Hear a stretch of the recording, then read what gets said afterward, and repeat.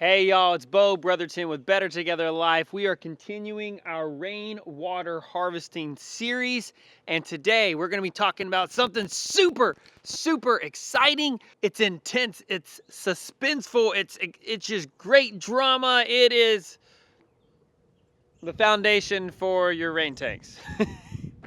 Yes, I know that that's not very exciting, but it is very important. So we're talking about foundation for the rain tanks. You really need to learn this. Let's do it right now.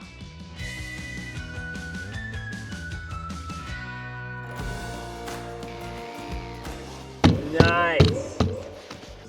Cutting a hole in this thing? Yeah.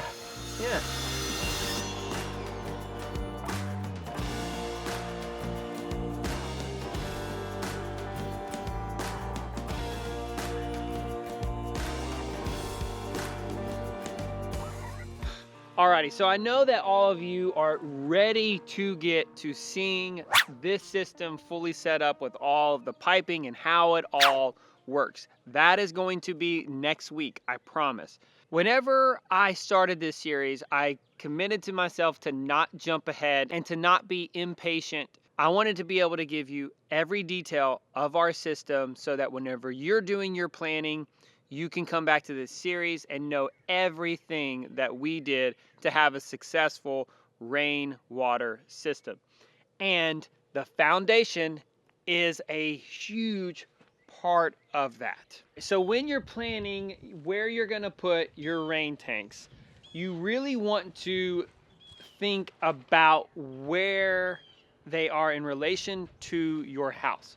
Whenever we took the rainwater class in order to get our $3,000 rebate, they made a very good point to say, you really want to consider how close you're gonna put these tanks to your house. And so as we have this big 10-foot by 48-foot long deck on the back of our shed to house, all of our posts here are in the ground.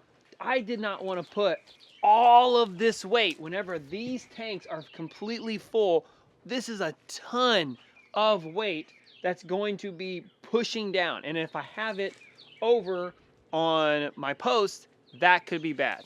So that is why I have our tanks a good 5 feet from our house. We probably could have gone a little bit closer, but I just wanted to be safe. I did not want any of this weight to affect any kind of movement in adjusting and mess with my posts here. So if you have a house that is on a normal concrete foundation, you might not, that's another thing, you definitely probably don't want your house right up against your home because that could be really bad. Okay, so once you know where the location of your tanks are gonna be, you definitely want to line that out and level it. What I did is I first built this frame. This is just a 2x4 frame. I made this entire frame level. And then I went in and I did my best to level out the soil underneath it. So there were some spots that I needed to take the soil out of, and there were some spots that I needed to fill in some soil. So it just actually worked out. It was a big family event and it worked out really good. Everybody was able to help, and we made the soil part of the foundation as level as possible.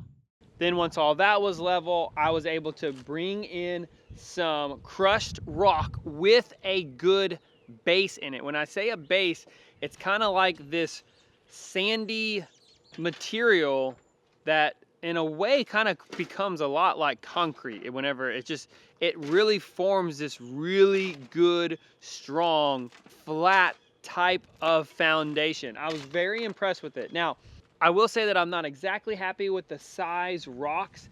This is really too big. I will say that these types of rocks, this is way too big.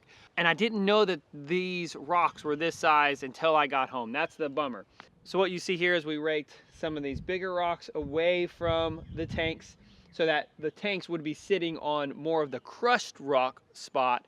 But the good thing is the foundation, whenever we first did it, we compacted it as much as we could, and it was like really spongy. So that was a good thing that it gave as the weight did.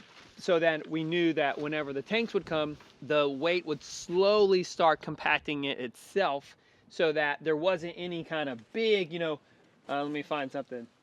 so that there wasn't like a big rock that came up here and punctured the tank, because this is just plastic, and it's possible that with the weight that a big rock could puncture the tank. You don't want that. I think we're good because the space around it is more like is all these smaller types of rocks. So that's good. Now, it is possible that I could have used a different material, and perhaps I should have used this different material. It was just, I didn't know whenever I was doing it. So I probably, if I had to do it again, I maybe would have used our road base here. So as you can see, this road base, this is a lot smaller rock, and I probably would have done that. I'm not afraid of it. I think our foundation is still gonna be good. It's not gonna be a big deal, but I probably should have gone with this. The quarry that we used recommended that stuff.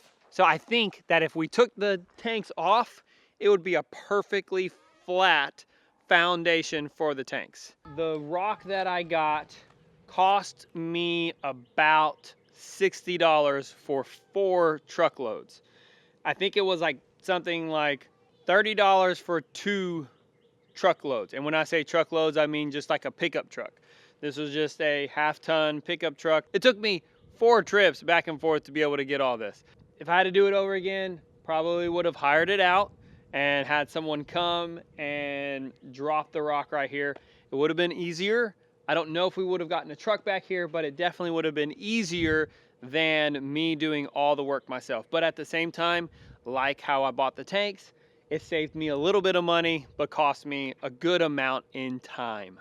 Okay, so some of you might say, hey, why didn't you put down a weed blocker in here? The research that I did is that everybody, whenever they do a weed blocker, it doesn't stay for very long. So you're putting in the effort to put in the weed blocker, and it's going to degrade. So that's part of it. You know, it's made to be biodegradable.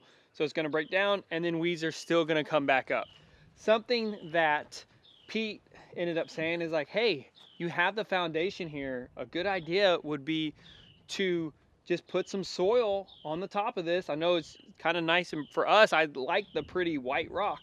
But he said you might just want to put some soil down, put some kind of dirt down there, and then sprinkle some rye seed and actually use this as a place to grow, because we are facing south. We could be growing plants over here, and that could help keeping the tanks a little bit cooler, less sun. Like, you know, we could put some potted plants. Maybe we could put like avocado trees in containers over here. So really taking this foundation, taking it up a level and having it be some sort of growing space, because it is facing south and this is prime space for us to grow. Also with these tanks here, they're going to radiate heat. So in times with the winter, they're going to absorb the heat, and then at night they're going to release that heat, and maybe it could help with some sort of plants over here that need warmer weather. Holy cow, I just completely thought that we could do moringas over here. That would be killer. And moringa grows super, super tall. That is cool. That is cool. So if we did, like, there's a lot of cool things that we can do over here in this space, saying that the foundation is done. It's a nice hard bedrock. It's flat, it's level, it's solid for these tanks. Now we have options to be able to use it and to grow things on the foundation. Either nature is going to choose to put things here, or we can choose what to grow on this spot also.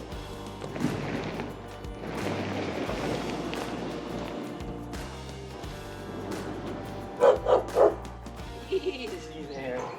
Okay, so that is the basics of the rainwater tank foundation. I do want to add, a lot of people might think, well, why don't I just use pea gravel?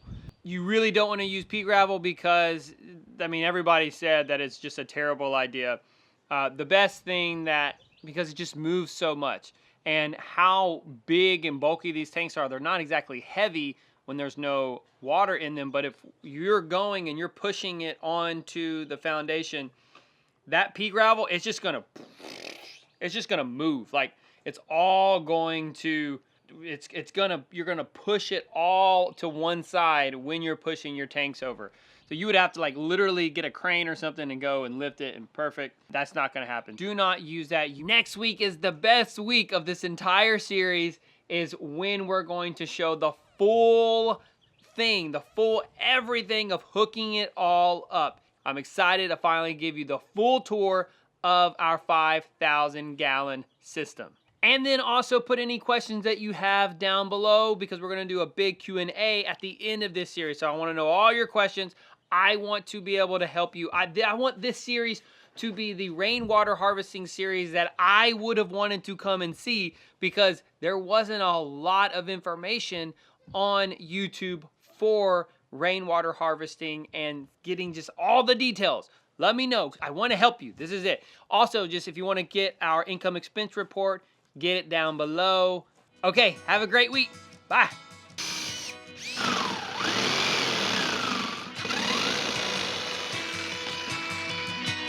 Yeah. A lot of people glue both sides of the pipe, but if we were to look inside of that fitting right there, there's no glue inside the pipe.